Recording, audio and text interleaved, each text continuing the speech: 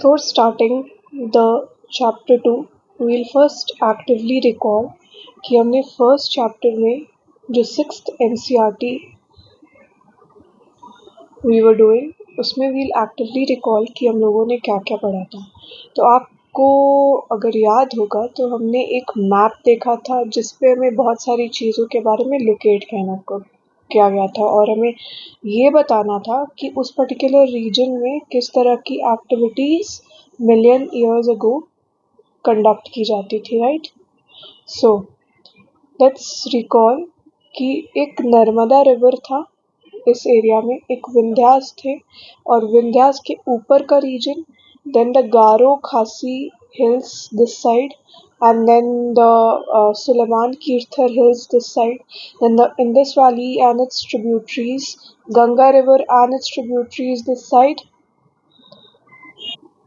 Just excuse me for the diagram that I've made, but आपको ये focus करना है कि मैं बताना क्या चाह रही हूँ बेसिकली। सो ये सब फीचर्स हम लोगों ने कल देखा, तो लेट्स रिवाइज कि वहाँ पे आपको एक्चुअली आंसर करना है। मैं यहाँ पे क्वेश्चंस बता रही हूँ कि इस पर्टिकुलर एरिया नर्मदा रिवर के पास में हम लोगों ने क्या फीचर देखा था, देन गारो हिल्स के पास, देन आप बताएंगे मुझे कि next yeah towards Indus rivers and its tributaries, then Ganga river and its tributaries के पास में क्या देखा आपने। उसके बाद आप मुझे बताइए कि where were the rest of the reasons। yes, towards the north of Vindhyas क्या था, देन जो आज का प्रेजेंट डे बिहार है, जो उस वक्त मगध हुआ करता था, वहाँ पे क्या कंडीशंस थे, आपको ये सारे मुझे बताने हैं। देन आप बताइए मुझे नेक्स्ट क्वेश्चन कि लोग उस टाइम के why were they basically travelling वो ट्रैवल क्यों कर रहे थे, मुझे ये बताइए आप कि वो ट्रैवल क्यों कर रहे थे, क्या बेसिक रीजंस थे। Then why were they called as food gatherers. उसके बाद आप मुझे बताइए कि आर्कियोलॉजिस्ट जो थे वो क्या करते थे।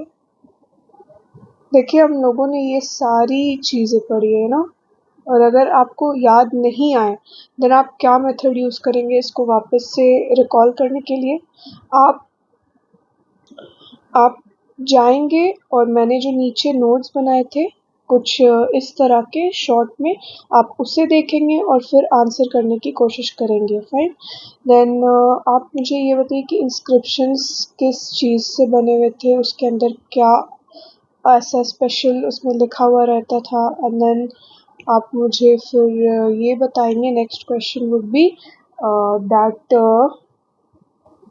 एक क्वेश्चन आप मुझे ये बताएंगे उस पर्टिकुलर मैप को देखकर कि आप जब देखोगे कि वहाँ पे जो भी लोकेशंस है जहाँ पे भी कोई भी एक्टिविटी हुई है वो हमेशा रिवर्स के पास ही में क्यों हुई है, why not around any area which is not located around the river. Okay, तो this is how we actively recall, और आप रिवाइज करेंगे कि हम लोगों ने क्या क्या पढ़ा है, right. Now let's come to this chapter, और इसे भी हम उसी तरह से पढ़ेंगे। ओके, अगेन यहाँ पे एक सेकेंड। सो यहाँ पे भी अगेन आपको एक हाइपोथेटिकल स्टोरी या एग्जाम्पल के थ्रू वो समझाना चाह रहे हैं, पर will come straight away to the hunter gatherers. ठीक है, तो ये कौन थे बेसिकली हंटर गैदरर्स, तो ये वो पीपल थे they who use to like move from place to place. अब उनका क्या ये शौक था कि वो एक प्लेस से दूसरे प्लेस मूव करेंगे, बिल्कुल भी नहीं। पर क्यों करते थे, because of food and hunting, because of survival needs, survival needs के वजह से they have to move from one place to another.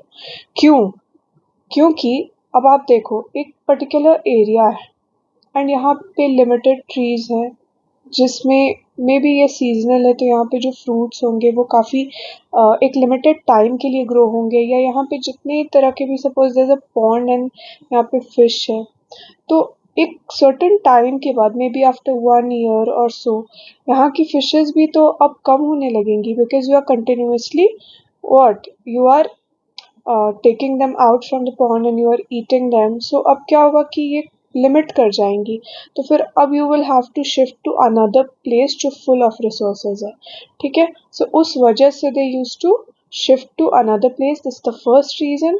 Then second reason is कि see we are human beings, हमें भूख लगती है तो हम क्या करेंगे? अगर हम वेजिटेरियन है तो हम ट्रीज की तरफ जाएंगे या प्लांट्स की तरफ जाएंगे, and if you are non vegetarian then you will hunt for animals, ठीक है. पर सिमिलरली जो एनिमल्स होते हैं, जो एनिमल्स है जिन्हें हम खा रहे हैं, उनको भी भूख लगेगी तो वो क्या करेंगे? वो भी अपने प्रे को ढूंढेंगे. अब जो प्रे है उसे भी तो भूख लगेगी, तो वो अल्टीमेटली क्या प्लांट्स को ही खाएगा. तो ये साइकिल जो है ये चलता रहता है, फाइन. और इस साइकिल के वजह से क्या होता है कि suppose if the prey has move to some area जहाँ पे ट्रीज है, तो उसको चेस करते हुए एनिमल्स जाएंगे, एनिमल्स को हंट करने के लिए हम उसके पीछे जाएंगे. सो इस तरह से भी मूवमेंट हो जाती है, फाइन. नेक्स्ट हम देखेंगे कि सीजनल फ्रूट्स या सीजनल तरह की जो भी रिसोर्सेज है, उसके लिए आपको season to season you will have to move from one place to another, ठीक है. नेक्स्ट कि सबसे important, the most important of all is water, ठीक है. वाटर अगर कहीं पे भी स्कार्स हो गया तो फिर शिफ्ट करना इम्पोर्टेंट है, क्योंकि इन समर्स क्या होते हैं कि रिवर्स जो होते हैं वो ड्राई हो जाते हैं, और उसके वजह से you will have to shift to some other area जहाँ की वाटर पीरियड हो, वहाँ हमेशा फ्लो कर रही हो एंड किसी भी सीजन में ड्राई नहीं हो रही हो, तो यू विल शिफ्ट, ठीक है, अपने कन्वीनियंस के हिसाब से. Now this is what we learned about the hunter gatherers.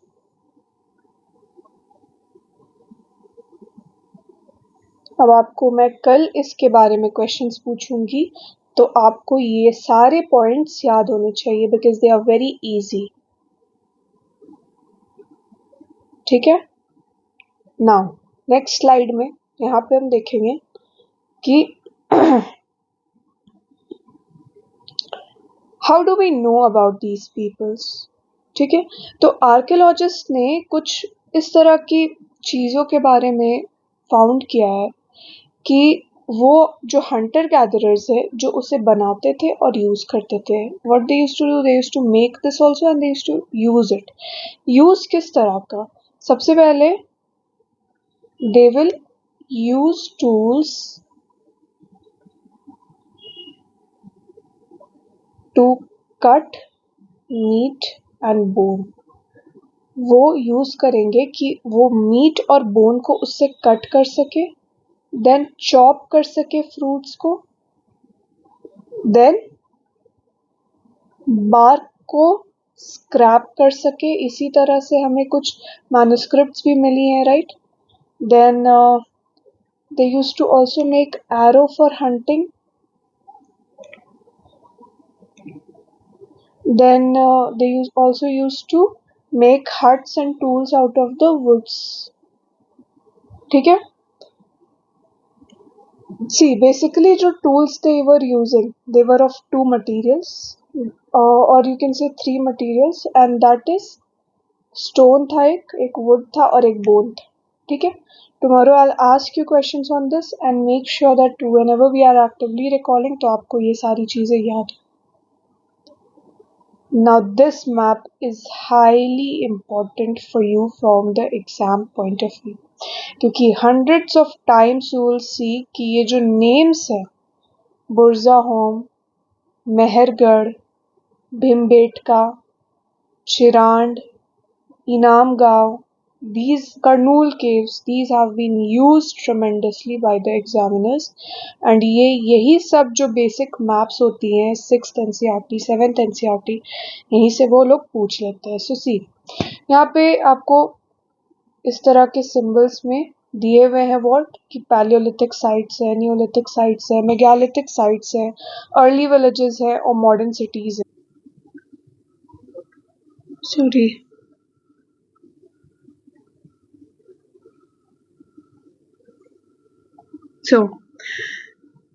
तो यहाँ पे हम सबसे पहले देखेंगे पैलियोलिथिक साइट्स। तो देखो गाइज, ये बहुत इजीली रिमेम्बर कर सकते हो आप, क्योंकि सिर्फ तीन है: Bhimbetka, Kurnool caves and Hunsgi, I think it's. तो ये तीन आप इजीली याद कर पाओगे। Here you will find Kurnool caves, Hunsgi and Bhimbetka.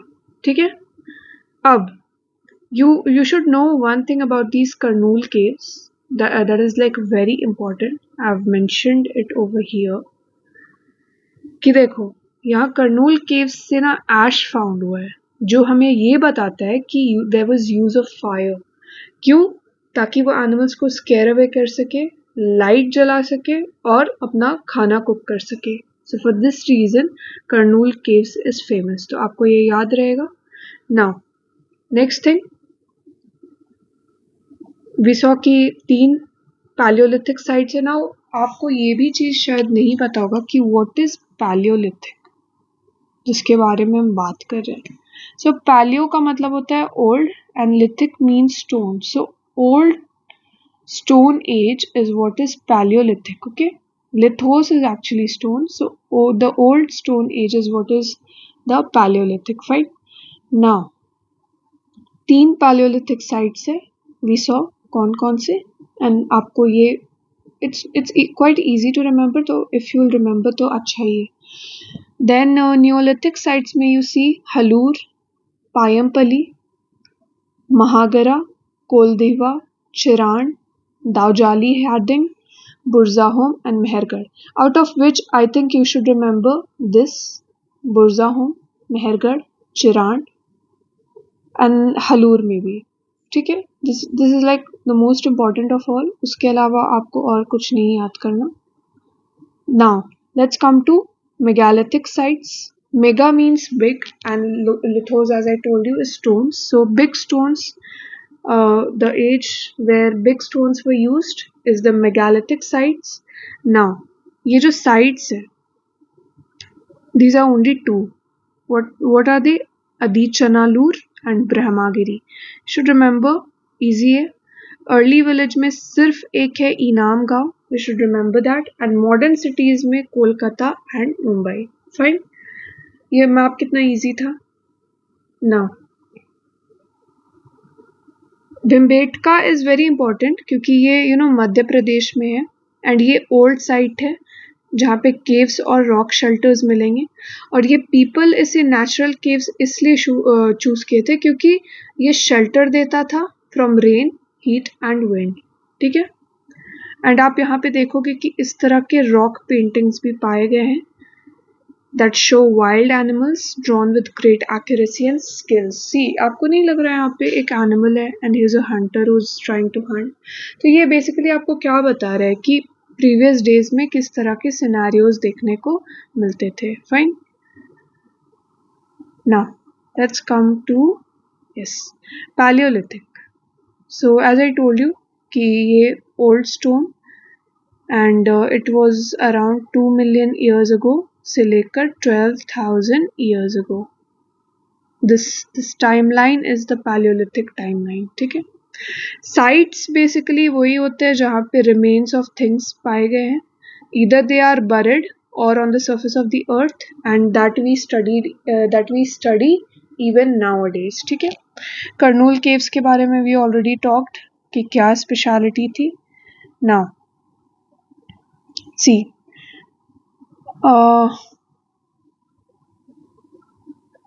The period when we find environmental change, जो शुरू कब से हुआ? 12,000 से लेकर 10,000 ईयर्स अगो। तो उस समय जो स्टोन टूल्स रहते थे वो काफ़ी टाइनी होते थे। Okay, so that were known as microliths. And ये प्रोबेबली कहाँ पे स्टक रहते थे? On the handles of the bones और the woods, saws and the sickle, and they were used to make the saws and the sickle. ठीक है। And the next age is the 10,000 years ago वाला age, जिसको हम लोग neolithic age बोलते हैं। Okay, Palaeolithic के बारे में you should know also one thing कि ये डिवाइडेड था 3 पार्ट्स में ना, upper palaeolithic, then you'll find middle and the lower one, ठीक है। nothing more than this you should know।